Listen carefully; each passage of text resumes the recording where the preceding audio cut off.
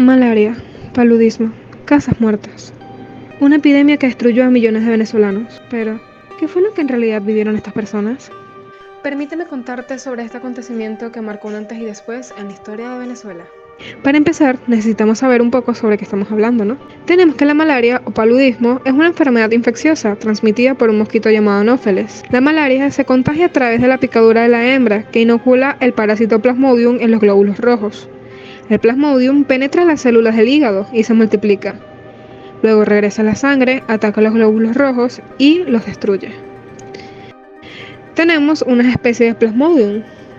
Entre ellas podemos mencionar el Plasmodium vivax, que es la más común de Venezuela y fuera de África, el Plasmodium falciparum, que es la especie mortal, el Plasmodium malariae y ovale, que son las especies menos frecuentes.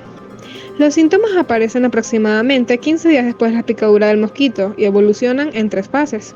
Una fase fría que produce escalofríos, una fase caliente que produce fiebre y una fase húmeda que produce sudores.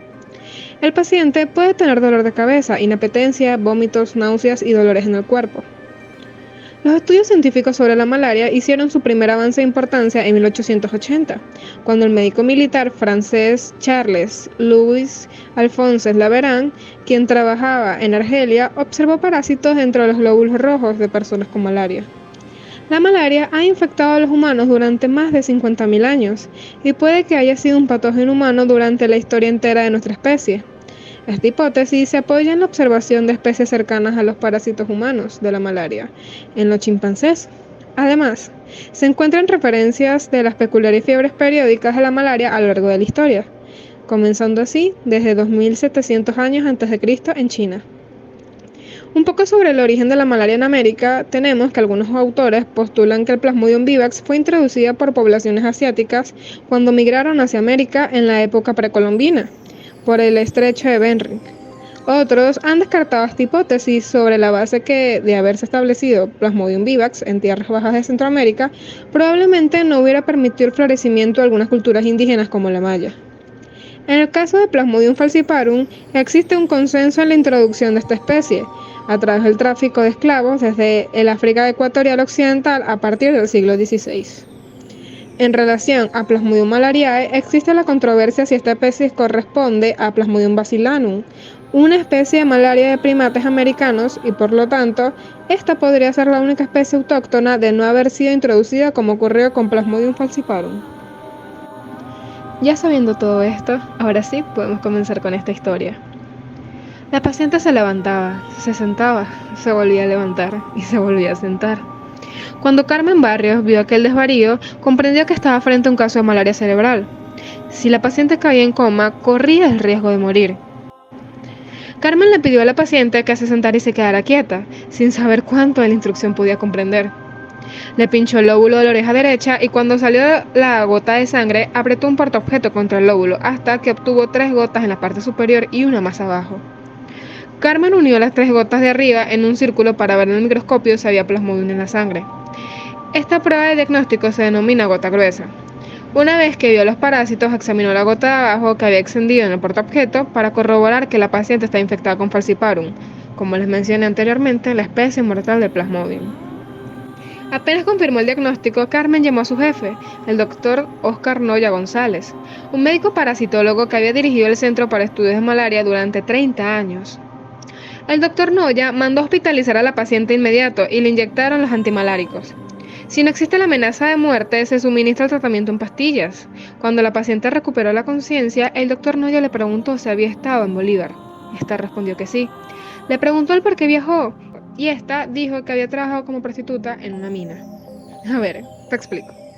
En Guayana se extrae el oro de Venezuela y es el principal foco de contagio de malaria en América. Amazonas, Bolívar y Delta Macuro integran esta región. El paludismo era la principal causa de muerte en Venezuela. Cuando se creó el Ministerio de Sanidad y Asistencia Social en 1936, un tercio de la población estaba infectada y morían alrededor de 10.000 personas al año. El Congreso promulgó la Ley de Defensa contra el Paludismo. Actualmente, esta es la ley más antigua del país. El gobierno le encomendó al doctor Arnoldo Gabaldón la creación del primer Servicio Nacional Antimalárico, desde la Dirección Especial de Malariología. No había experiencia ni personal formado para acometer esta tarea. pero Gabaldón tenía que construir una institución. El enfermo palúdico se quedaba sin fuerzas, confinado en la cama. Las familias en el campo morían de hambre porque ningún miembro podía trabajar. La esperanza de vida promedio era aproximadamente de 37 años. El Comando Central de la Lucha Antimalárica se instaló en Maracay, en una edificación estilo colonial que el doctor Gabaldón ordenó construir. Gabaldón diseñó cursos para entrenar a visitadores urbanos y rurales en el diagnóstico de la malaria. Armó un departamento de ingeniería sanitaria y convocó a los ciudadanos a repartir quinina voluntariamente. La quinina es el principal componente antimalárico como la primaquina y la cloroquina.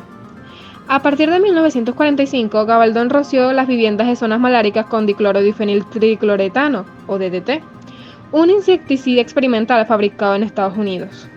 Después de que el anófeles pica, se posa en las paredes y orina la parte líquida de la sangre para perder peso y seguir volando, el DDT impregnaba las patas del mosquito, dañaba su sistema nervioso y lo aniquilaba. Así, cortaron con un ciclo biológico milenario. La estrategia llevó a la transmisión de malaria a mínimos históricos a finales de los 50. Ya en 1961, la OMS certificó a Venezuela como el primer país en eliminar la malaria en un territorio mayor a 400.000 kilómetros cuadrados, antes que Estados Unidos, Europa y la Unión Soviética. Ser un país tropical con temperaturas ideales para que se reprodujeran los mosquitos y los parásitos obligaba a monitorar los brotes continuamente. El doctor Gabaldón fundó el Centro para Estudios de Malaria en los 70 para investigar la infección en aves después de jubilarse de la administración pública. Allí trabajó junto con el doctor Noya.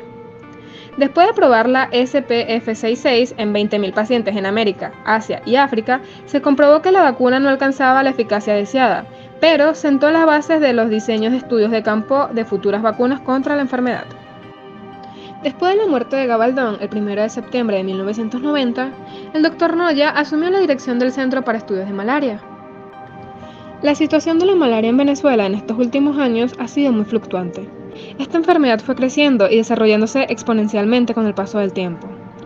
La OMS informa que Venezuela junto a Brasil y Colombia encabezan los países con más casos reportados con 73% del total en Latinoamérica, lo que nos da a entender que a pesar de los esfuerzos por mantener a raya esta enfermedad, diversos factores están haciendo que lastimosamente retrocedamos en la lucha de erradicar exitosamente la malaria.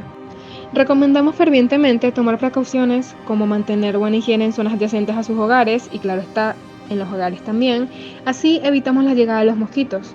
Además, el cubrirse bien la piel y aplicar repelente de mosquitos, sobre todo en la mañana y en las noches, también es una buena idea. Recuerda, la malaria no es un juego y somos propensos a padecerla.